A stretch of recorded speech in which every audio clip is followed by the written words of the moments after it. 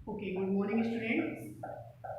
कल हम लोगों ने इंटीजर्स के बारे में इसके पहले वाली क्लासेस में भी इंटीजर्स का थोड़ा सा इंट्रोडक्शन था। देन आफ्टर मैंने आपको number line comparing ascending descending सारे कॉन्सेप्ट इंटीजर्स के बेसिक टर्म्स के रिलेटेड आपको जितने भी कॉन्सेप्ट है वो बता दिए थे।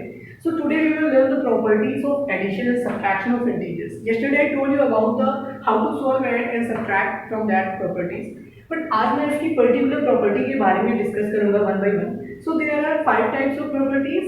First is closure properties, second is commutative property, third is associative property, and fourth is additive identity, and fifth is additive inverse.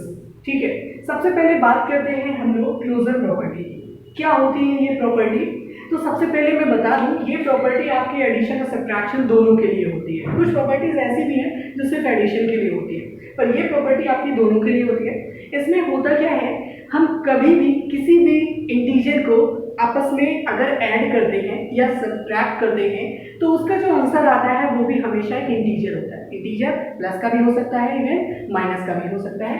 जैसे एग्जांपल में अगर मैं आपसे कहूँ फॉर एग्जांपल कि अगर मैं 2 में 3 ऐड कर रहा हूँ, ये भी एक इंटीजर है, ये भी एक इंटीजर है। तो इंटीजर में जब इंटीजर को ऐड किया गया तो जो आंसर आया वो भी हमारा क्या निकल के आ रहा है? इंटीजर निकल के आ रहा है। तो इसमें कह रहा है a plus B an integer, यानी जब दो इंटीजर्स को ऐड करो और उनका एडिशन भी एक इंटीजर आ जाए तो फिर वो हमारी कहलाती है closure property for addition. Same as in subtraction also, subtraction में भी ऐसा ही होता है। यहाँ पे ऐड कर लिया मैंने कोई एक इंटीजर 6, अगर 6 में मैं एक इंटीजर माइनस करूंगा तो जो मेरा आंसर आएगा वो भी एक इंटीजर होगा। यानी कि सब्ट्रैक्शन के लिए क्या है, इंटीजर को इंटीजर से सब्ट्रैक्ट करने पर आपका जो आंसर आता है वो भी एक इंटीजर ही होता है। चलिए अब इसके बाद बात करते हैं हम लोग सेकेंड वाले की, कम्यूटेटिव प्रॉपर्टी। ये प्रॉपर्टी सिर्फ एडिशन के लिए होती है, सब्ट्रैक्शन के लिए पॉसिबल ही नहीं है। क्यों, मैं बता दूंगा। इसमें क्या होता है, एक एग्जांपल लेके मैं आपको बताता हूँ। जैसे मैंने कहा अगर मैं 2 में 3 को ऐड कर दूं, ठीक है, ध्यान से देखिएगा, अगर मैं 2 में 3 को ऐड कर दूं तो आंसर क्या आएगा? 5। ठीक है, सपोज दैट मैं इसका सीक्वेंस चेंज कर देता हूं, यानी कि मैं 3 को इधर और 2 को इधर लिख देता हूं। इसमें क्या था, 2 इस तरफ है, 3 इधर है, मैंने इधर क्या किया, 3 इधर, इंटरचेंज कर दिया इनकी पोजीशन। इन दोनों का एडिशन क्या आएगा? 5। यानी कि आपने देखा जब हम सीक्वेंस चेंज करते हैं किसी भी नंबर का एडिशन में, तो जो एडिशन आता है उसकी वैल्यू कभी भी चेंज नहीं होती है। 2 में 3 ऐड करिए या 3 में 2 ऐड करिए, आंसर सेम आएगा। इसको बोलते हैं commutative property of addition. Subtraction के लिए क्यों पॉसिबल नहीं है? You can have a look just like that. मैं एक एग्जांपल यहाँ पे ले रहा हूँ। सपोज दैट मैंने यहाँ पे क्या किया, 3 में 2 को माइनस कर दिया। ठीक है, 3 में 2 को माइनस करूंगा तो आंसर क्या आएगा? 1। अगर मैं 2 को इधर और 3 को इधर कर दूं तो मैंने आपसे कल बताया था जब प्लस माइनस होता है तो होता हमेशा माइनस है। तो 2 में 3 जाएगा 1 और जो डिजिट बड़ी होगी उसका साइन आएगा। डिजिट कौन सी बड़ी है? 3, तो साइन क्या आ जाएगा? माइनस का। क्या 1 और -1 एक दूसरे के इक्वल है? नहीं है, डजंट इक्वल। इसलिए ये प्रॉपर्टी हमारी सब्ट्रैक्शन में फॉलो नहीं होती है। Is that clear? तो इसको बोलते हैं कम्यूटेटिव प्रॉपर्टी। इसके बाद थर्ड हमारी जो प्रॉपर्टी है वो है एसोसिएटिव प्रॉपर्टी। ये भी सिर्फ एडिशन के लिए होती है, सब्ट्रैक्शन के लिए नहीं है पॉसिबल। क्यों, इसका भी एग्जांपल हम लोग देखेंगे। इस प्रॉपर्टी में क्या होता है, लाइक दैट, इसका भी कोई एग्जांपल बताता हूं मैं आपको। एसोसिएटिव का एक एग्जांपल मैं ले रहा हूं। ठीक है, सपोज दैट -2 + 8 + 5 एंड -8, ये एक सम दिया हुआ है। ठीक है, और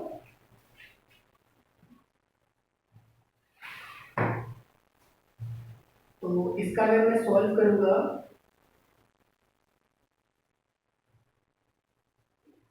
ठीक है, ये है। सपोज दैट पहले ये कोई सम दिया है, -2 + 5 -8, यानी कि a कोई भी यहाँ पे इंटीजर हो सकता है, प्लस का माइनस का, और उसमें अगर मैं b को ऐड करूं, ये देखिए यहाँ पे ये प्रॉपर्टी फॉलो हो रही है, ब्रैकेट में b + c और a। जब मैं इसका एडिशन सॉल्व करूं, चलो मैं इजी कॉन्सेप्ट समझाने की कोशिश करता हूँ। सपोज दैट 2 + 3 + 4 और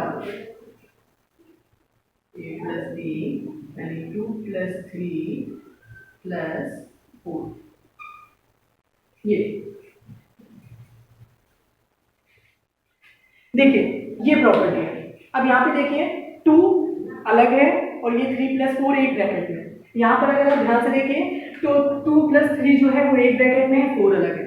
क्या दोनों का सम एक जैसा आएगा? देखते हैं। तो पहले 2 को ऐसे ही लिखा लेने देते हैं, क्योंकि पहले हम ब्रैकेट सॉल्व करेंगे बॉडमास रूल के अकॉर्डिंग। तो 3 में 4 ऐड करेंगे हो जाएगा हमारा 7, 7 में 2 ऐड करेंगे तो sum would be 9। Now check it here. अगर मैं 3 में 2 ऐड करूंगा कितना आएगा 5, और ये 4 पे ऐसे लिखा रहने देंगे 5 को 9। अब ध्यान से देखिए, तो जब हमने इस 2 को इन दोनों के एडिशन के बाद ऐड किया तो आंसर आ रहा है 9, और जब हमने इन दोनों को ऐड किया फिर उसके बाद लास्ट वाले को ऐड किया तो भी 9 आ रहा है। यानी कि जब आपके 3 नंबर्स दिए हुए हैं एडिशन में, तो पहले वाले को छोड़ दीजिए, सेकेंड एंड थर्ड का एडिशन करने के बाद अगर फर्स्ट वाले में ऐड करेंगे और फर्स्ट और सेकेंड को ऐड करने के बाद थर्ड वाले में करेंगे तो आंसर हमारा सेम आएगा। यानी कि जब पहले वाले में इन दोनों को ऐड किया, या फिर आप इन दोनों को ले सकते हैं पेयर में और लास्ट वाले को ऐड करिए, मतलब तो 3 में से किन्हीं 2 को पहले ऐड कर लीजिए फिर लास्ट वाले को ऐड कर लीजिए। फिर दूसरी तरफ क्या करिए, किन्हीं दोनों को ऐड करके दूसरे वाले से ऐड कर लीजिए, तो आंसर आपका सेम आएगा। तो ये प्रॉपर्टी भी आपकी एडिशन में ही हो सकती है, सब्ट्रैक्शन में पॉसिबल नहीं है। ठीक है, देख लीजिए आप। इसके बाद आपकी जो सेकेंड लास्ट प्रॉपर्टी है वो है एडिटिव आइडेंटिटी।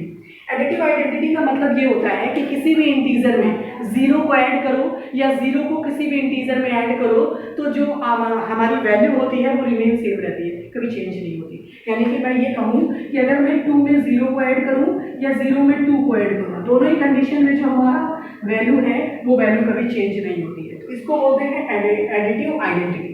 इसके बाद लास्ट है आपका एडिटिव इनवर्स। एडिटिव इनवर्स का मतलब होता है जस्ट अपोजिट।